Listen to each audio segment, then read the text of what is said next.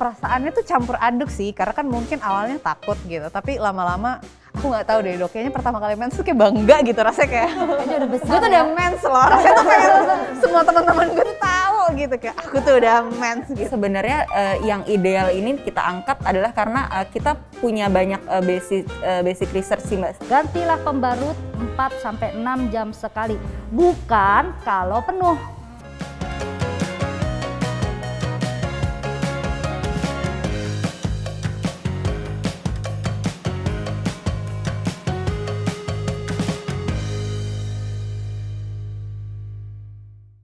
Halo, selamat datang di Ladies Talk, program bincang seru soal perempuan yang dipersembahkan oleh Kumparan Woman bersama saya Fitria Sofiani, Chief of Kumparan Woman.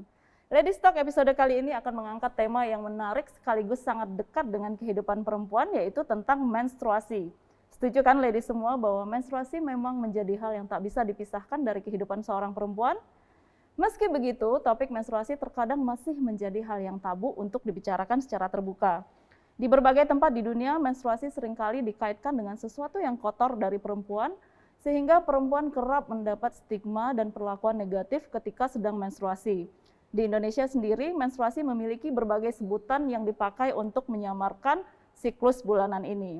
Selain itu, ada banyak sekali aspek lain terkait menstruasi yang perlu diketahui perempuan, mulai dari siklus yang baik berkaitan dengan kesehatan tubuh, kesehatan reproduksi, area kewanitaan, dan lain sebagainya. Nah, untuk membahas tema menarik ini, Ladies Talk berkolaborasi dengan Betadine dan menghadirkan tamu-tamu spesial.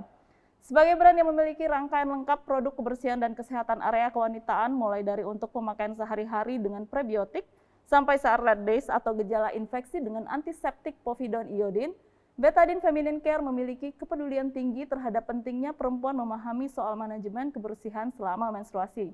Untuk itu, tiap tahunnya Betadine merilis kampanye yang bertujuan untuk meningkatkan kepedulian masyarakat, terutama perempuan, agar lebih melek akan pentingnya menjaga dan menjalani menstruasi yang sehat dan bersih.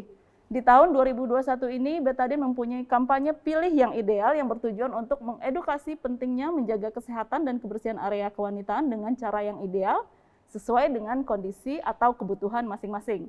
Dan khususnya pada Menstrual Hygiene Day tahun 2021 ini, Betadine juga mengangkat edukasi pentingnya menjaga kebersihan dan kesehatan area kewanitaan pada saat menstruasi melalui peran seorang ibu dalam mengedukasi anaknya terkait menstruasi dan kesehatan area kewanitaan.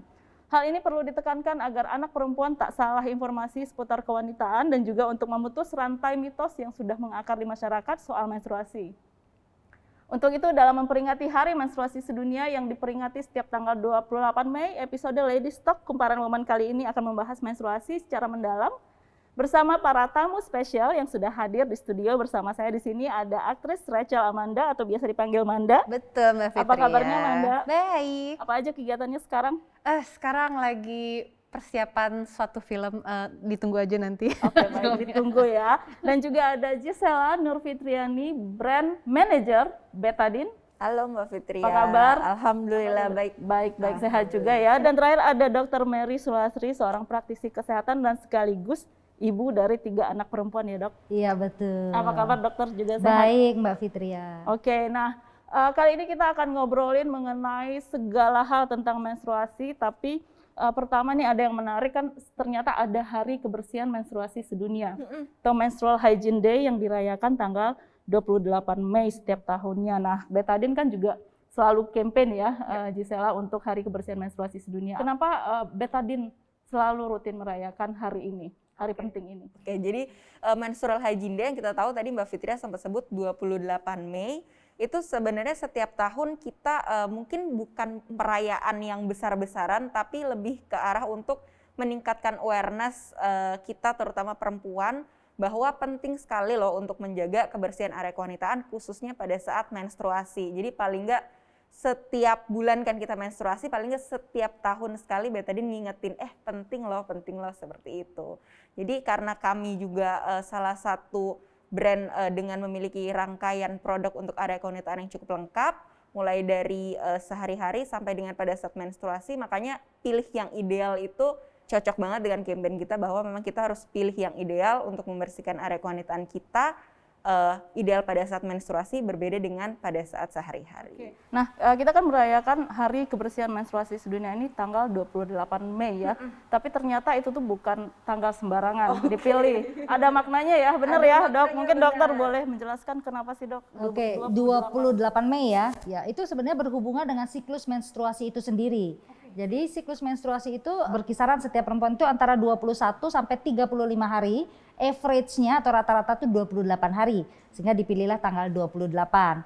Nah, kemudian periode menstruasi setiap perempuan itu kan berbeda ya. Ada yang 3 sampai 7 hari itu normalnya, tapi average-nya 5 hari. Makanya 28 bulan 5 atau 28 Mei gitu dipilihnya. Nah, tadi kan aku sudah menyinggung ya bahwa sebutan di berbagai tempat itu banyak sekali kata-kata untuk menggantikan menstruasi. Kalau aku biasanya dulu nyebutnya kadang halangan atau datang bulan. Ya. Nah, kalau mungkin Manda, Gisela sama Dr. Berry boleh share juga nggak? Kalau Manda biasanya nyebutnya apa? Aku sama sih kurang lebih Mbak. Kalau mens tuh biasanya lagi datang bulan, haid atau palang merah nih, nggak tahu kenapa dia kok palang merah gitu. Tapi kayaknya orang tuh ngerti gitu. Tapi biasanya sih datang bulan. Gak ngerti juga kenapa siapa bulan yang datang pada saat itu. Cuman emang kata-kata menstruasi itu kalau sekarang sih udah mulai biasa mengucapkan mens. Cuman kalau dulu tuh kayak atau kadang-kadang lagi itu apa coba gitu. Biasanya ya, Lagi dapat.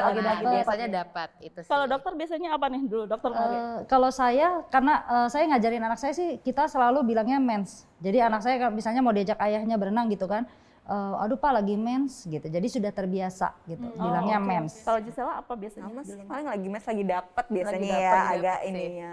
Oke, nah kalau ngomongin masalah menstruasi, pasti dong kita semuanya punya pengalaman dengan menstruasi pertama kita gitu kan. Nah kalau Manda boleh cerita nggak, Man? Pengalaman pertama menstruasi Manda, ingat nggak waktu itu pertama kali dapat menstruasi itu seperti apa? Oke Mbak, jadi aku kan anak syuting dari dulu ya. Syuting. Hidupnya di luar lokasi biasa. syuting gitu. Iya. Jadi menstruasi pertamaku juga di lokasi syuting, bukan di rumah, bukan di sekolah. Bukan di sekolah ya, biasanya di sekolah. Biasanya di sekolah. Ini di lokasi syuting. Aku ingat banget. Karena waktu itu kebetulan lagi libur, kalau nggak salah libur mau masuk SMP. Sebenarnya orang tua, maksudnya mamah ya terutama, udah menjelaskan sih. Aku udah dapat edukasi bahwa perempuan akan mengalami menstruasi, nanti akan keluar darah dan sebagainya, tapi tetap aja ternyata pas hari H tuh kayak agak nggak siap gitu. Mungkin ditambah aku lagi di lokasi, jadi gitu tiba-tiba ke kamar mandi pagi-pagi, terus aku kayak ini Nggak ada tanda-tanda apa sebelumnya ya. gitu. Karena kan kalau misalnya baru pertama kali keluar kan memang bentuknya warnanya lebih kayak kecoklatan ya Dok, agak gitu, coklat-coklat, flek gitu. kayak Jadi flek-flek, betul. dan aku sempat mensalahartikan apa ini aku buang air besar atau yang nggak sadar gitu. Kok warnanya gini? Kan dibilangnya darah merah dong harusnya. Sempet kayak diem, nggak berani. Setelah itu nggak berani ngomong siapa-siapa karena again malu sebenarnya pada saat itu gitu. Terus udah akhirnya kebetulan waktu itu manajerku juga perempuan dan dia udah feeling sih sebenarnya ini kayaknya Manda nih kayak bentar lagi menstruasi pertama deh gitu. Udah setelah itu ngadu tapi sambil nangis. Ngadunya sama manajernya. Oke. pertama ya? Pertama nelfon mama karena mama lagi nggak ada di lokasi syuting. Nelfonnya nangis-nangis. Mama aku tuh keluar ini segala macam sebagai mama aku tuh dari jauh ketawa ngakak. Kok ketawa sih? Ya itu namanya menstruasi gitu kan, kakak perempuan, nanti kakak akan ada waktunya. Kan mama udah bilang gitu, udah segala macam untungnya sudah disiapkan pembalut dan sebagainya gitu. Jadi gitulah dulu panik sih. Jadi berarti Manda langsung cerita sama mama ya? Langsung bilang sama mama. Berarti ada apa namanya ya, keterbukaan gitu ya Manda, karena kan nggak semua perempuan kayak gitu mungkin ya, kadang mungkin bilangnya sama temen dulu gitu kan, atau mungkin dia malah Google nih apa sih gitu. Nah kalau Manda sendiri mungkin sebelum atau selama menstruasi pertama itu kayak gimana sih edukasi yang Manda dapatkan dari mamanya Manda? Apa aja yang beliau kasih tahu ke Manda waktu itu? Dari mamah dan mungkin ini yang dua yang berperan itu ya, jadi mamah sama manajerku waktu itu. Jadi di hari H itu ya setelah tahu langsung maksudnya langsung dikasih tahu secara praktek gitu. Biasanya kan sebelumnya cuman nanti pakai pembalut tapi that's it. Jadi belum sempat diajarkan pemakaiannya. dari situ ya udah kayak dikasih tahu, ini caranya gini, bukannya gini, nanti dibersihkannya, cuci tangan dulu, dibersihinnya, pemakaiannya seperti ini, kalau udah selesai diapain dan sebagainya gitu. Perasaannya tuh campur aduk sih, karena kan mungkin awalnya takut gitu, tapi lama-lama aku nggak tahu deh dok, kayaknya pertama kali mens tuh kayak bangga gitu rasanya kayak udah besar gue tuh udah mens loh, rasanya tuh kayak semua teman-teman gue tuh tahu gitu kayak aku tuh udah mens gitu. Justru pengen tahu ya. Nah gitu. kalau dari Dokter Mary sendiri kan maksudnya sebagai mungkin periodenya berbeda gitu ya dok dengan anak-anak gitu, pemahaman tentang menstruasi mungkin juga berbeda ya antara generasi dokter, generasi aku mungkin dan generasi mereka gitu. Nah dokter sendiri sebagai nggak cuma sebagai praktisi kesehatan tapi juga sebagai ibu, dokter gimana sih cara dokter memberikan edukasi gitu dok kepada mereka gitu, gimana cara komunikasinya yang baik, yang ngebikin tuh nggak kaku, nggak ini gitu kan, nggak enakan gitu misalnya. Jadi sebenarnya saya sudah mengedukasi mereka sejak dini, jadi sejak masih kecil. Kebetulan kami punya kebiasaan melakukan aktivitas bersama ya, termasuk kalau anak kecil-kecil itu saya ajak mandi bersama. Nah jadi mereka sudah bisa melihat, jadi tubuh perempuan itu berbeda dengan laki-laki ya. Nah kemudian pada waktu kita mens kan dia bisa melihat kita mengganti pembalut, oh kok mama keluar darah itu. Nah di situ kita momen saya menjelaskan. Nah jadi kayak anak saya yang kecil saja umur 9 tahun dia sudah biasa, dia tahu cicinya lagi mens. Dia kalau lagi mens dia nggak mau mandi bareng gitu kan. Nah begitu dia sudah memasuki betul-betul mengalami menstruasi, di situ saya ajarkan lebih detail. Bagaimana dia harus membersihkan, mengganti pembalut, membuang pembalutnya, terus membersihkan area kewanitaannya harus lebih detail, kemudian harus dikeringkan dan sebagainya. Ini kan berkaitan sama kampanyenya Betadine ya, Giselle ya. Betadine punya kampanye pilih yang ideal yang berkaitan dengan bagaimana peran seorang ibu dalam mengedukasi anak perempuan tentang menstruasi. Boleh diceritain nggak sedikit? Jadi sebenarnya yang ideal ini kita angkat adalah karena kita punya banyak basic research sih Mbak sebelumnya. Jadi dari yang kebutuhan pada saat perempuan itu apa aja sih pada saat menstruasi terutama, atau pada saat sehari-hari pun juga rentangnya kan lebih panjang tuh. Jadi kita pengen tahu kenapa pilih yang ideal adalah bahwa ternyata kebutuhan kebersihan area kewanitaan pun berbeda. Pada saat menstruasi perlu yang ekstra, dan Betadine punya campaign peran yang pilih yang ideal dengan peran ibu supaya anak sama ibu tuh dekat dan ibu bisa memberikan informasi memang yang tepat, yang benar. Jadi kita mengedukasi dari ibunya juga, karena kalau kita mengedukasi seorang ibu, kita mengedukasi calon ibu juga, dan calon ibu juga gitu. Jadi supaya dapat informasinya tepat tentang kebersihan terutama pada saat menstruasi. Oke, berarti memang perlu banget. Nah menurut aku sih yang krusial ini peran ibu itu pengetahuannya adalah seputar mitos. Pasti pernah dong dengar ya mitos soal menstruasi macam-macam. Kalau aku pernah dengar ini lucu banget sih, semua orang dengar, pernah banget dibilangin bahwa darah menstruasi itu bagus buat perawatan kulit. Oh iya aku dengar. Jujur baru dengar tadi pas briefing. Iya, Jujur benar, aku baru dengar perawatan tadi. Dulu juga sempat Pernah dengar kan Mbak. Manda ya, sampai itu benar-benar mikir masa sih aku Ngilangin jerawat katanya gitu. right. Apalagi waktu remaja kita bermasalah dengan jerawat kan. Aku adalah satu orang yang tidak pernah melakukan, tapi almost, dan maksudnya berpikir bahwa ini bener nggak sih gitu, pengen aja nyobain tapi kayaknya nggak mungkin deh gitu. Jadi kemarin ada yang cerita melakukan itu dok. Nah selain itu kan ada banyak lain nih, waktu itu dibilangin nggak boleh keramas gitu kan. Kalau mungkin Manda nggak tahu, Manda pernah dengar mitos apa Manda? Kalau aku sih kalau yang nggak boleh keramas gitu-gitu nggak ya, cuman sama satu itu aku dengar juga dari sekitaran, mungkin dari teman-teman yang katanya kalau dipakai jerawatnya jadi hilang di muka. Sama Mbak Untung tapi nggak pernah sampai melakukan gitu. Kedua kalau aku tuh lebih yang kayak misalnya jangan makan nanas gitu kalau lagi mens gitu. Terus apalagi ya?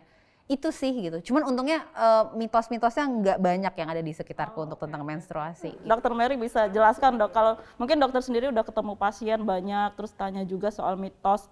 Apa sih dok yang sebenarnya cuma mitos, dan apa yang sebenarnya fakta yang perempuan itu benar harus memang lakukan? kalau harus kita akui ya, di Indonesia tuh banyak sekali mitos ya tentang menstruasi, dan mitos itu sebenarnya berasal dari mana sih? Sebenarnya dari orang tua kita kan. Iya, Nah betul. makanya disitulah perannya seorang ibu tuh penting. Waktu dulu saya beberapa kali memberikan seminar ke sekolah-sekolah, itu pernah ada yang di Jakarta ya, di Jakarta SMA terkenal Anaknya kalau itu dia nggak boleh keramas sama ibunya. Seminggu itu berarti nggak keramas. Kan kasihan ya anak perempuan, maksudnya kita Iya, tapi mungkin sekarang bisa tertolong dengan ada dry shampoo kali ya. Bener. Jadi nggak boleh keramasnya kena air, tapi kalau dari shampoo boleh. Oke. Karena tapi alasannya bukan karena darah menstruasi akan berhenti, tapi karena bisa pusing, sakit kepala, jadi menurunkan daya tahan tubuh dan sebagainya gitu. Nah sebenarnya itu semua mitos ya. Mengenai lancar atau tidak lancarnya siklus menstruasi itu dipengaruhi oleh hormon, dari keseimbangan hormon. Nah, yang mempengaruhi yang membuat hormon itu menjadi tidak seimbang itu adalah faktor stres. Stres itu bisa fisik ya, ataupun stres psikologis ya, mental, banyak kerjaan, kurang istirahat dan sebagainya. Nah, kalau makanan kemudian keramas itu tidak berpengaruh sebenarnya ke siklus menstruasi. Tidak ada hubungannya. Tidak ada, betul. Nah, kalaupun pada waktu kita sering keramas tuh jadi pusing, itu sebenarnya pusingnya itu atau sakit kepala itu karena PMS tadi, bukan karena keramasnya, aktivitas keramas itu. Oke. Tapi sebenarnya yang sering banget juga orang bertanya-tanya nih dok, mungkin untuk yang sudah menikah gitu ya, boleh nggak sih dok berhubungan seks saat menstruasi? Ya, sebenarnya berhubungan seks itu masih pro dan kontra. Ya, kenapa dia pro dan kontra? Karena memang ada benefit dan juga ada resiko melakukan hubungan seksual pada waktu menstruasi. Nah, benefitnya apa? Jadi pada waktu melakukan hubungan seksual pada waktu menstruasi, perempuan itu pada waktu mengalami orgasme dia akan keluar hormon endorfin. Hormon endorfin itu bisa sebagai anti nyeri ya, jadi mengurangi nyeri atau kram daerah perut dan memperbaiki mood dia gitu. Tetapi di samping itu, pada waktu kita menstruasi, rahim kita itu kan terbuka karena buat keluar darah ya. Nah, apabila melakukan hubungan seksual maka resiko infeksinya akan lebih tinggi. Ya karena kan ada dari luar ke dalam lah ya. Jadi apabila ada kuman-kuman, belum lagi di situ ada darah dan sebagainya. Jadi itu tergantung dari preferensinya masing-masing orang ya. Jadi sebenarnya tidak ada larangan, ya tinggal preferensinya masing-masing bagaimana. Tetapi kalau memang pasangan itu memilih untuk melakukannya, pilihlah di mana darahnya tidak terlalu banyak, ya kan. Kemudian bisa juga menggunakan kondom wanita, ya kan, itu juga bisa kita gunakan sebagai alternatif untuk mengurangi resiko-resiko infeksi. Karena pada waktu kita mens itu sebenarnya rahim kita sedikit terbuka ya, dibandingkan pada waktu tidak mens ya. Dan pada waktu kita menstruasi itu resiko terjadi infeksi itu lebih tinggi dibandingkan biasanya. Karena normal area kewanitaan kita itu pH-nya itu harusnya sifatnya asam. 3,5 sampai 4,5. Kenapa dia harus asam? Karena lingkungan asam itu diperlukan untuk bakteri baik untuk tumbuh, ya hidup dan membantu atau menjaga kesehatan area kewanitaan. Nah, pada waktu menstruasi itu pH yang 3,5 4,5 itu berubah menjadi 7, 7,4, jadi netral. Nah, di situ jadi bakteri baik itu terganggu. Ya, jadi bala tentara kita ini terganggu. Nah, sehingga di situ resikonya bakteri jahatnya bisa tumbuh lebih. Belum lagi ada darah, ya kan? Darah itu adalah media yang paling disukai oleh bakteri.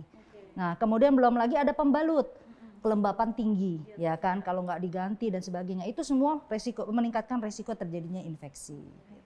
Masih banyak kita perempuan dimanapun, bahkan di negara maju pun masih menganggap menstruasi itu sebagai sesuatu hal yang tabu gitu. Bahkan kata menstruasi aja tuh masih agak ragu kita untuk mengucapkan saya lagi mens nih, saya lagi menstruasi gitu kan. Mungkin boleh cerita juga dari Manda, mungkin pengalaman Manda gitu. Apa sih yang Manda alami terkait kayak tabu menstruasi ini dan memberikan stigma negatif juga kan untuk perempuan? Ada nggak sih pengalaman-pengalaman Manda terkait ini? Oke, mungkin kan aku dulu pertama kali awal-awal mens tuh SMP tuh masih masa-masanya sosial media tuh baru tumbuh. Jadi kayak belum sebesar sekarang, topik yang dibicarakan juga belum sebanyak dan seberani sekarang. Jadi pada saat itu tuh aku masih di fase yang kayak kalau mens tuh yang aduh mau ganti tapi nggak bawa pembalut, minta ke temen, cuman lagi sepi nih kelas, lagi nggak berisik atau lagi apa dan sebagainya. Terus jadi yang pasti yang gitu, ada roti Jepang nggak gitu kan, bahasanya tuh roti Jepang gitu. Sejujurnya aku nggak tahu dari mana istilah roti Jepang itu, cuman aku tahu lah semua teman-teman perempuanku tuh tahu roti Jepang gitu. Jadi kayak ada roti Jepang nggak, ada gitu. Ngasihnya tuh kayak ngasih apaan gitu, ngumpet-ngumpet ditutup pakai apa dan sebagainya. Terus kalau misalnya mau ke toilet nggak ada apa-apa, ya udah kayak dimasukin ke seragam lah apa buat jalan, terus baru ganti. Jadi kayak mengaku lagi mens dan minta pembalut tuh masih salah satu yang aku nggak enak gitu karena takut diketahuin sama teman-teman yang cowok gitu, atau mungkin karena dulu memang pada masanya masih ada sih teman-teman yang kayak kalau ada yang nembus tuh langsung di apa tuh gitu, kita kan keganggu ya gitu, apalagi untuk kita yang baru pertama kali mens gitu. Hubungannya tuh seperti apa sih dok, menstruasi atau premenstrual syndrome PMS ini dengan psikologi perempuan gitu? Apa penjelasan ilmiahnya, boleh nggak dokter jelasin? Jadi memang sebelum memasuki siklus menstruasi, jadi sebenarnya menstruasi itu ada 4 periode ya. Jadi ada yang premenstrual, kemudian ovulasi, kemudian menstruasi, sama postmenstruasinya. Nah, jadi PMS itu terjadi jadi sebelum menstruasi. Jadi kalau saya boleh ceritakan sedikit, menstruasi itu kan kenapa sih kita mengalami yang namanya menstruasi? Yaitu di situ adalah luruhnya dinding rahim yang tadinya sudah disiapkan untuk pembuahan. Jadi apabila setiap bulan kita sel telur akan dikeluarkan, kemudian dia nunggu kalau ada pembuahan, dia akan ditanam di dinding rahim tersebut. Tetapi apabila tidak ada pembuahan, dinding rahim tersebut akan luruh. Nah, padahal dinding rahim itu sudah dipersiapkan untuk pertumbuhan janin. Jadi di situ pembuluh darahnya banyak, udah dipersiapkan betul-betul gitu. Nah, karena nggak ada pembuahan, dia luruh berupa darah menstruasi tadi, ya kan? Nah, itu semua dipengaruhi oleh hormon. Nah, hormon perempuan, estrogen dan progesteron. Pada waktu mulai dari persiapan dinding rahim itu, estrogen dan progesteron akan meningkat tinggi. Nah, setelah itu nggak ada pembuahan, dia akan turun. Nah, itulah mood, perubahan hormon itulah yang mempengaruhi mood kita gitu ya. Nah, PMS itu ada 2, jadi akan mempengaruhi 2. Yang pertama perubahan fisik, kemudian yang kedua perubahan psikis. Fisik ya, badannya rasanya gampang lelah, pegel-pegel. Kalau perempuan, maaf, payudaranya lebih kencang, nyeri ya. Itu pengaruh adalah secara fisik. Tapi kalau secara psikologis, nah tadi mood, lebih mudah marah, apalagi kalau yang punya pacar, kayaknya lihat pacarnya mau marah aja ya bawaannya gitu kan, bete dan sebagainya, itu mempengaruhi psikologis dari itu. Nah, itu semua karena faktor hormonal gitu. Itu yang normal, tapi kan banyak juga yang justru lama ya dok ya, dengan kondisinya bahkan bisa lebih dari 5 hari. Berarti kalau lebih dari 5 hari periode menstruasinya itu ada sesuatu yang salah nggak sih dok gitu? Ada yang perlu dikhawatirkan nggak? Jadi gini, untuk tahu periode menstruasi kita, siklus mens kita normal atau tidak, itu kita tidak bisa langsung, oh saya lebih dari 7 hari, saya tidak normal, tidak. Jadi kita kenapa harus mengedukasi sejak awal bahwa kita harus mencatat siklus menstruasi kita hari pertama haid. Karena ada orang yang siklusnya itu benar-benar berubahnya jauh ya kan.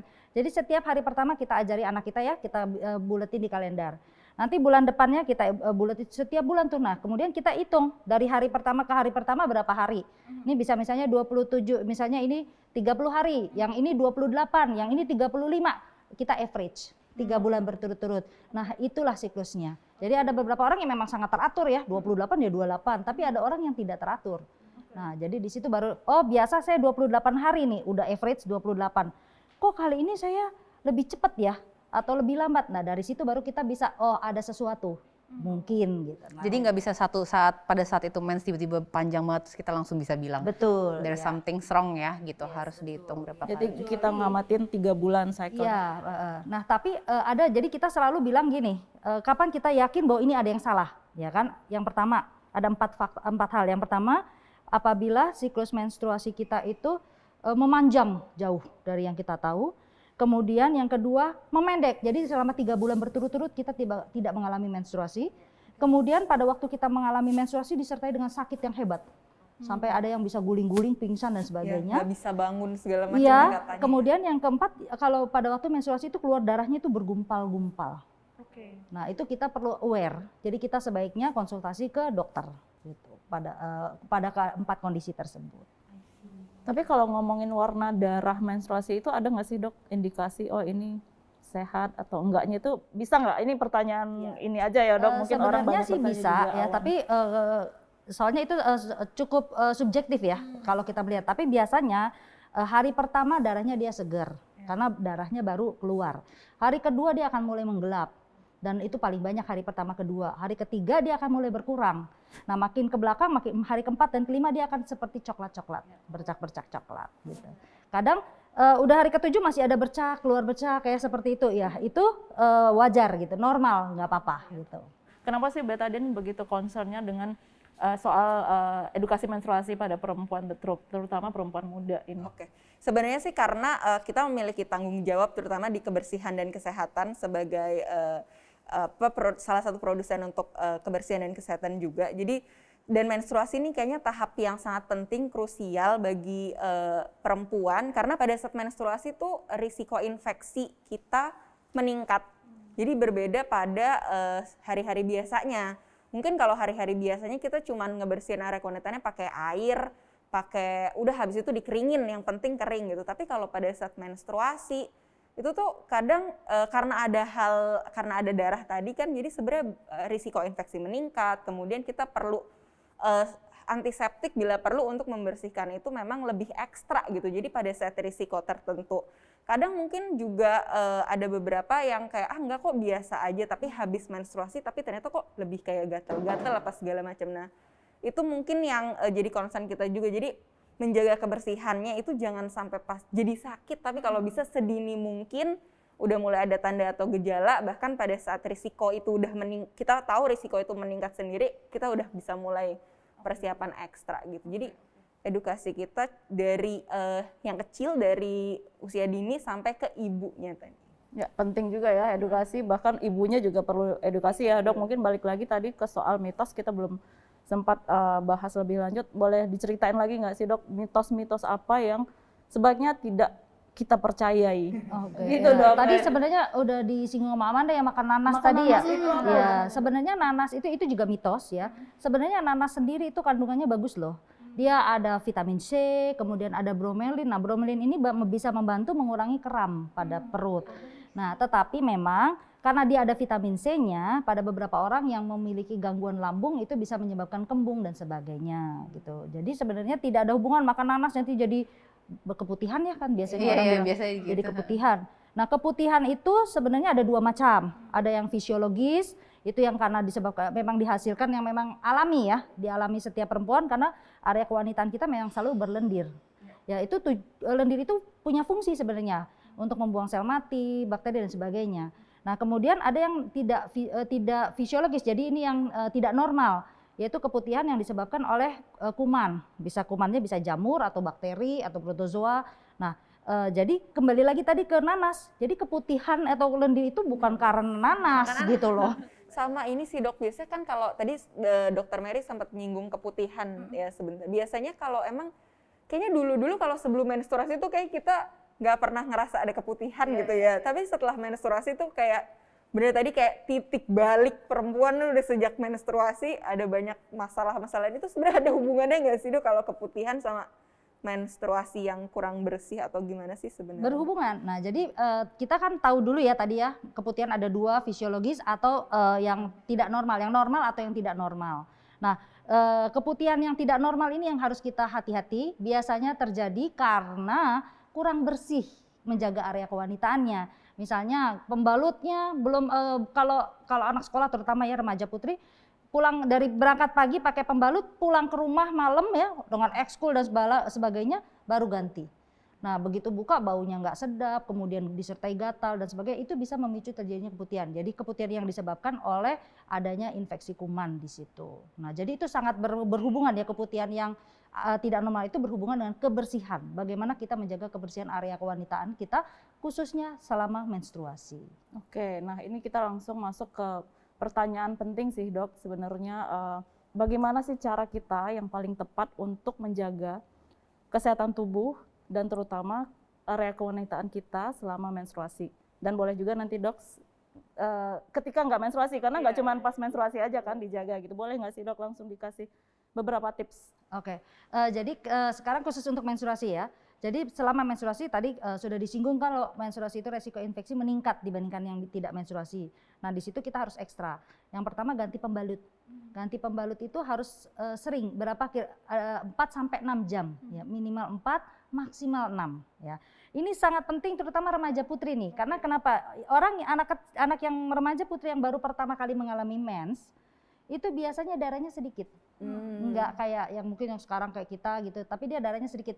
Sehingga dia merasa bahwa belum penuh Jadi dia nggak ganti gitu ya kan, itu yang menyebabkan seringkali angka keputihan lebih tinggi pada remaja putri dibandingkan sama yang sudah lebih dewasa ya kan.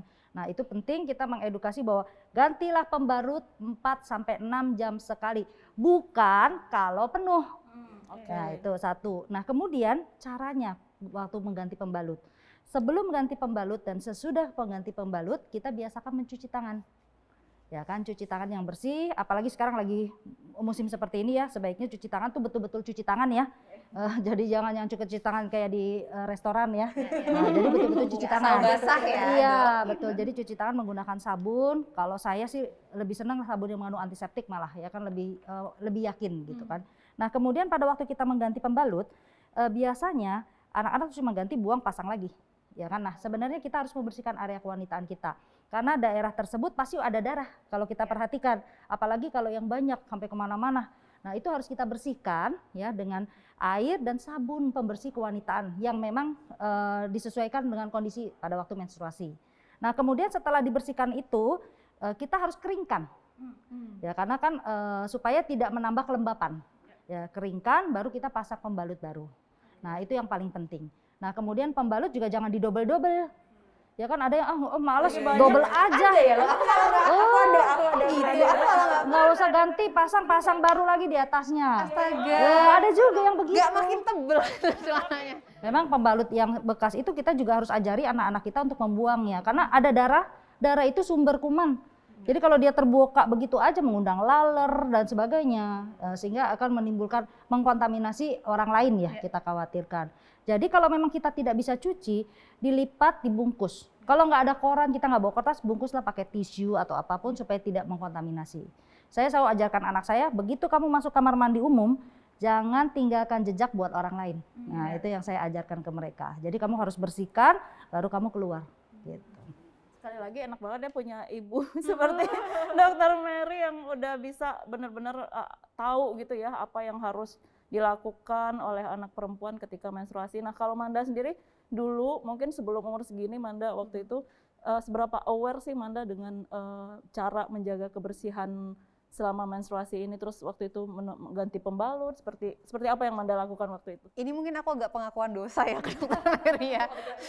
Agak serem ya. Nggak, cuman betul yang kata Dokter Mary dulu tuh pertama awal-awal menstruasi sama gitu, karena mikirnya ini kan masih dikit, nggak usah ganti deh gitu. Jadi masih yang Tersangkanya Manda. tersangkanya saya ternyata di sini, maaf dok gitu. Cuman gitu, karena ya benar dulu kan mikirnya aduh di sekolah lagi ribet, belum ekskul, belum apa dan sebagainya gitu.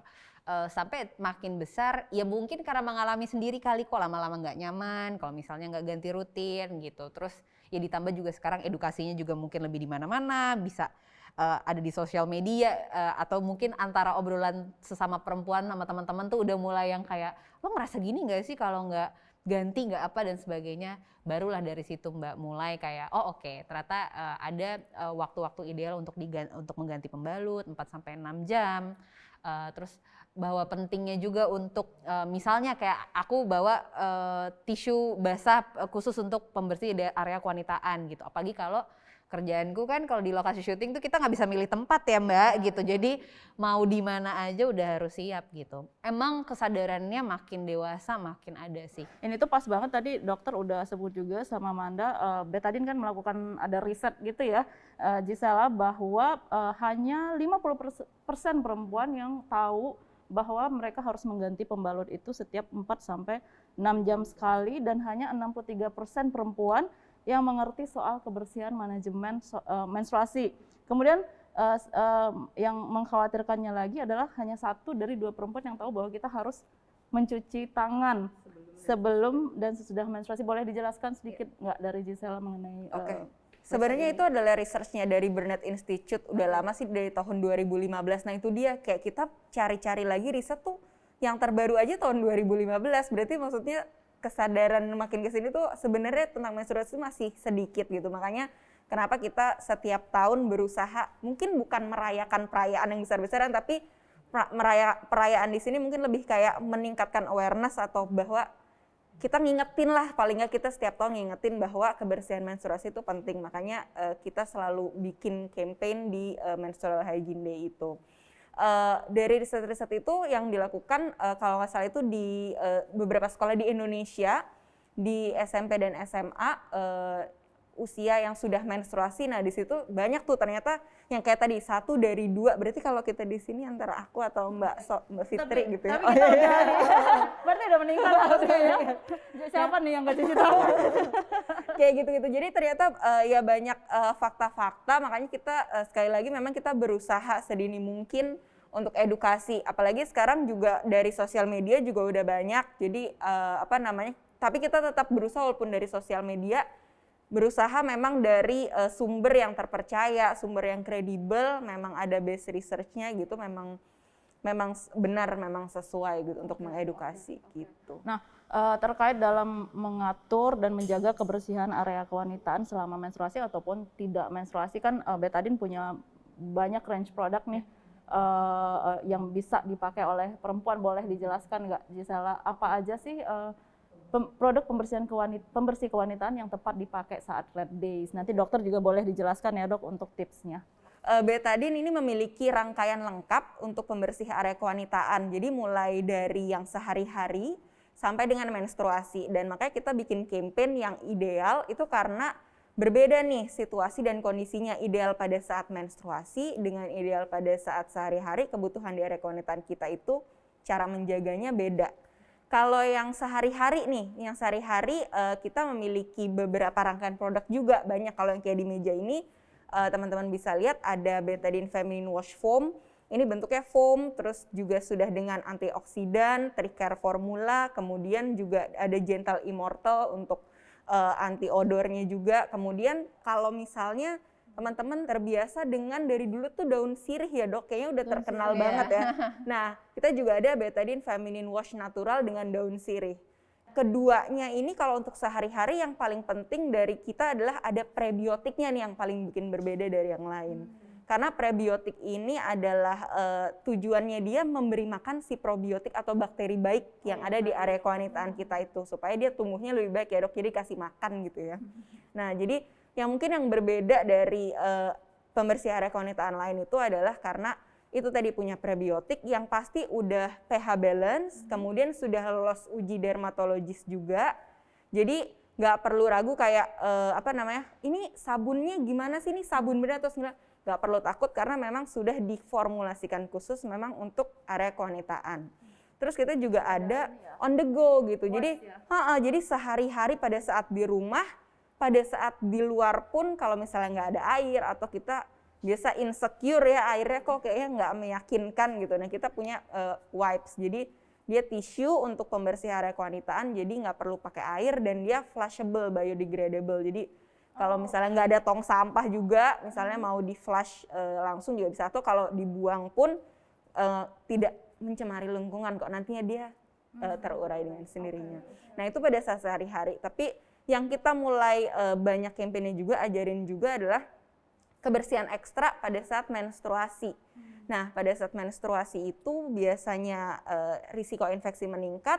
Bila perlu kita menggunakan antiseptik dan salah satunya adalah komposisinya adalah povidone iodine antiseptiknya gitu. Jadi kita memisahkan lah ya. Jadi kebutuhan pada saat menstruasi itu yang memang pakai antiseptik povidone iodine, tapi pada saat sehari-hari dengan prebiotik, kalau mau pilihan daun sirih juga silahkan. Kalau ini hanya pilihan, ini daun sirih gitu ya, bentuknya cairan gitu. Ada ekstrak daun sirihnya. Ekstrak daun sirih, kalau ini bentuknya foam. Iya, ini bentuknya foam, kalau ini yang cair. Oke, kalau untuk pemakaiannya gimana dari Gisela atau dokter? Kalau untuk tips pemakaian, Gisela boleh jelaskan ya? Kalau misalnya untuk yang sehari-hari sih seperti biasa dibasuh ke area kewanitaan, yang pasti harus dikeringkan ya, Dok, katanya.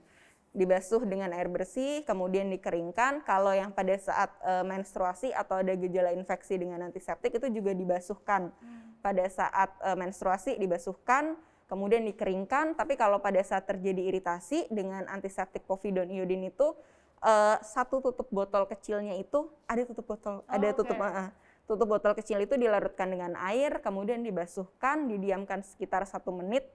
Lalu dibasuh kembali dan dikeringkan dengan handuk atau tisu kering gitu. Jadi berbeda lah, kalau antiseptik itu memang pada saat dibutuhkan aja, pada saat risiko meningkat, pada saat tadi ada gejala keputihan, gatal-gatal, atau iritasi ringan untuk infeksi bakteri, tapi kalau ini untuk yang sehari-hari. Dokter Mary boleh tambahkan nggak tips dari dokter dalam memilih produk pembersih kewanitaan yang tepat, baik ketika menstruasi maupun sehari-hari, apa saja yang perlu kita perhatikan? Yang sering ditanyakan ya ke kami itu adalah gini, boleh nggak sih saya pakai sabun badan? Untuk karena kan ribet banget ya beli sabun macam-macam, udah satu atas sampai kadang sampo aja dipakai ya. Produknya dok yang dari shampoo. Iya, Anak-anak ya atas sampai baby. bawah gitu ya. Nah sebenarnya penggunaan sabun badan untuk area kewanitaan itu kurang tepat. Kenapa? Karena tadi pH di area kewanitaan kita tuh berbeda. Jadi dengan pH kulit itu beda. Nah dan pH yang asam tadi itu memang dibutuhkan untuk menjaga tadi bakteri baik. Jadi biarkan saja bakteri baik itulah yang membantu kita menjaga kebersihan area kewanitaan, ya kan? Nah, jadi saya selalu menganjurkan pilihlah sabun area kewanitaan yang memang pH-nya balance, sudah disesuaikan dengan pH area kewanitaan. Itu yang pertama. Terus tadi kita harus bedakan antara menstruasi sama hari-harian. Ya, pada waktu kita sehari-hari kan seperti mandi ya, kita atas kepala pakai shampoo, badan pakai sabun, area kewanitaan sabunnya khusus. Berarti kan kita akan gunakan sehari minimal 2 kali. Ya, jadi itu sehari-hari. Nah, gunakanlah memang yang sabun pembersih area kewanitaan yang sehari-hari. Ya, salah satunya mungkin ini ya, tadi yang sudah dijelaskan Gisel, dia mengandung prebiotik. Tadi prebiotik itu adalah makanan dari bakteri baik. Ya, di mana dengan memberi makanan, memberikan suasana yang bagus di area kewanitaan, biarkan bakteri baik itulah yang bekerja menjaga secara alami ya kebersihan area kewanitaan kita. Nah, itu yang diperlukan untuk yang sehari-hari. Nah, kalau pas menstruasi itu sedikit ekstra, betul-betul kita harus perhatikan karena di situ ada darah, kemudian kadang kita lupa ganti pembalut, kelamaan kalau lagi meeting seharian kan kita nggak bisa ganti pembalut dan sebagainya, sehingga pas pulang baunya udah nggak enak. Pas kita ini gatal dan sebagainya, sebelum sampai menjadi keputihan yang tidak normal, sebaiknya kita membersihkan dengan sabun yang memang diperuntukkan pada waktu menstruasi, yaitu sabun yang mengandung antiseptik. Antiseptik itu apa sih? Antiseptik itu satu zat yang bisa membantu atau membunuh kuman-kuman patogen yang tidak diinginkan gitu. Nah, itu yang sebenarnya pemilihannya di situ. Tapi kalau sehari-hari perlu pakai yang mengandung antiseptik? Tidak perlu. Gitu. Ada satu lagi nih, tadi belum sempat ditanyakan ketika yang tadi kita bicarain mood swing gitu kan. Sementara kan banyak ladies di sini bekerja gitu kan, kita harus produktif, namun ketika PMS kita harus menghadapi perubahan-perubahan psikologi atau perubahan fisik kita juga, dok. Nah, boleh minta tipsnya nggak, dok? Gimana sih cara mengatur perempuan itu ketika kita menghadapi PMS? Gimana sih cara kita mengatur biar kita tetap semangat gitu, tetap happy gitu? Ya, jadi sebenarnya PMS itu bisa kita atasi, ya kan? Caranya sebenarnya adalah dengan mengalihkan ke kegiatan lain yang lebih bermakna lah ya. Salah satunya itu kita bisa tetap melakukan olahraga rutin ya, itu penting. Kenapa olahraga itu rutin tapi jangan yang berat-berat memang. Yang rutin aja, jalan kaki, kemudian mau bersepeda silahkan, itu boleh dilakukan. Salah satu pengalihan yang bagus. Malah dengan seperti itu bisa mengurangi kram dan sebagainya pada waktu kita menstruasi. Nah, kemudian kita juga harus makan makanan yang sehat, yang bergizi ya. Yang karena pada waktu kita menstruasi itu ada darah keluar, sehingga kita butuh makanan asupan yang tinggi. Nah, ini juga nyambung ke mitos. Ada yang bilang nggak boleh makan daging karena nanti darahnya amis. Nah, itu juga tidak benar. Justru iya ada yang seperti itu. Tanya saya, nggak boleh makan daging dok katanya, apalagi daging merah ya kan. Padahal pada waktu kita menstruasi darah itu harus digantikan kan. Ada darah yang keluar, itu justru kita harus banyak mengandung makanan yang mengandung zat besi atau protein. Nah, itu perlu. Dan kemudian untuk mengatasi mood tadi, kita perlu makan makanan yang juga bisa membantu mengatasi mood atau mengurangi kram. Contohnya makanan yang mengandung tinggi magnesium seperti dark chocolate, itu bisa membantu mengurangi kram. Nah, kemudian juga makan yang seperti pisang mengandung kalium ya kan, kemudian antioksidan itu bisa membantu. Nah, kemudian juga jangan lupa minum air putih yang banyak. Ya, dengan meminum air putih itu menjadi satu kebiasaan, itu untuk hidrasi ya, karena kan ada yang keluar, kita juga harus menggantikan gitu. Jadi itu bisa membantu. Mungkin dari Manda boleh kasih nggak sih tips gitu buat teman-teman di rumah gitu. Gimana cara embrace menstruasi, gimana supaya nggak malu lagi untuk berdiskusi atau bertanya soal menstruasi? Oke. Mungkin kalau dariku untuk misalnya kalau ada yang teman-teman yang mungkin punya ponakan yang baru akil balik, atau mungkin teman-teman yang baru pertama kali mens, Selamat, aku mau mengucapkan itu dulu, selamat.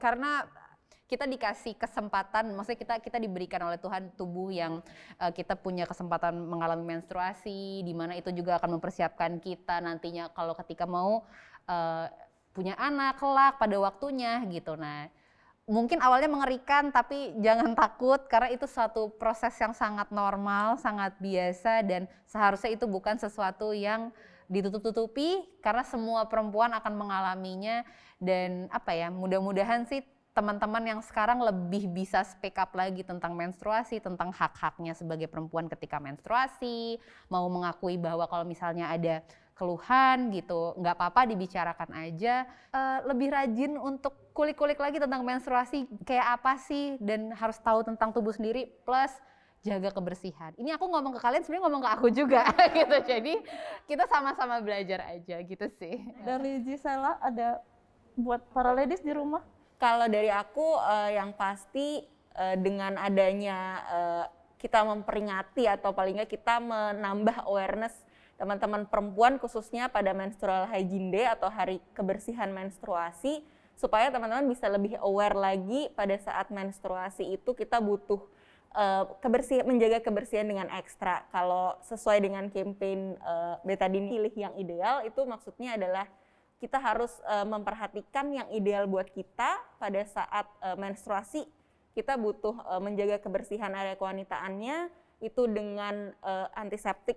Kalau pesan dari aku sih sebenarnya untuk teman-teman khususnya perempuan, makanya kalau dari Betadine kita setiap tahun selalu mengadakan menstrual hygiene day atau campaign untuk meningkatkan kesadaran akan pentingnya kebersihan area kewanitaan khususnya pada saat menstruasi.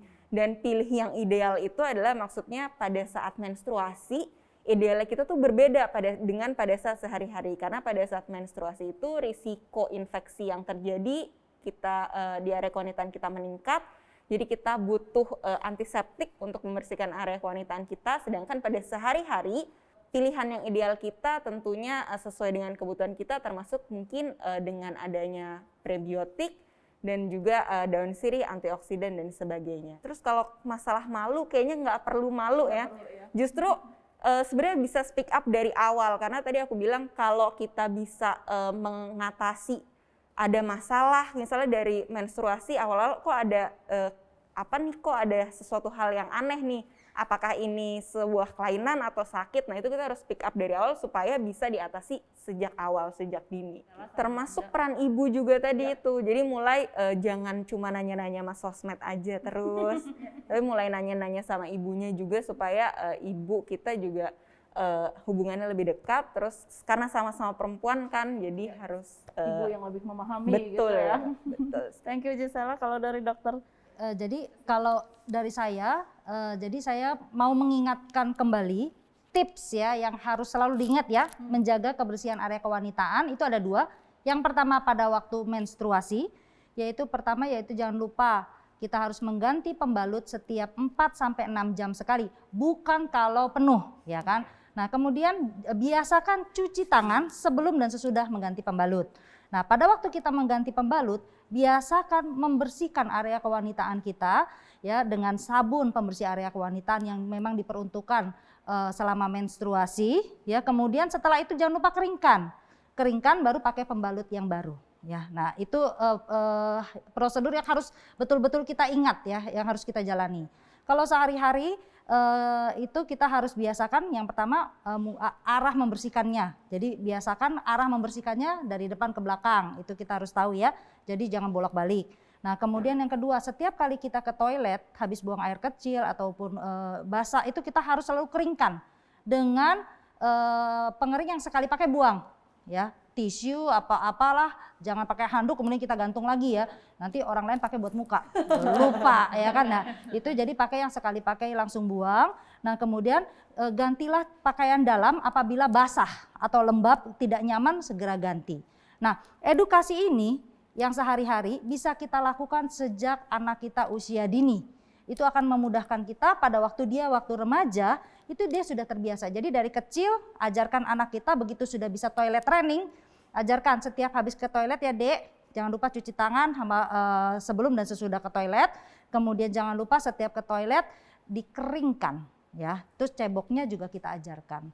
Tidak terasa ya, ternyata kita sudah di penghujung acara berbincang bersama 3 narasumberku yang cantik-cantik dan juga very inspiring, ngobrolin soal menstruasi, siklus bulanan yang setiap bulan pasti kita rasakan, jadi seru banget untuk dibahas dan gak perlu malu lagi atau segan lagi untuk bicara mengenai menstruasi.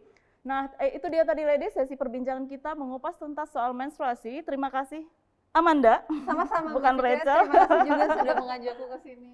Thank you Dr. Mary untuk penjelasannya yang sangat komprehensif, penuh insight juga, baik buat aku sendiri, teman-teman di studio dan juga di rumah. Dan thank you juga untuk Gisela yang sudah menyempatkan waktunya untuk berbincang di sini. Semoga ada kesempatan kita di lain waktu untuk ngobrol dan sharing-sharing lagi. Tidak lupa juga saya ingin mengucapkan terima kasih kepada Betadine yang sudah mendukung Ladies Talk hari ini.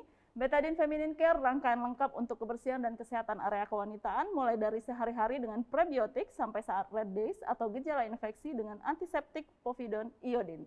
Pilih yang ideal sesuai kebutuhan kamu. Thank you ladies, sampai jumpa di Ladies Talk berikutnya. Bye. Thank you.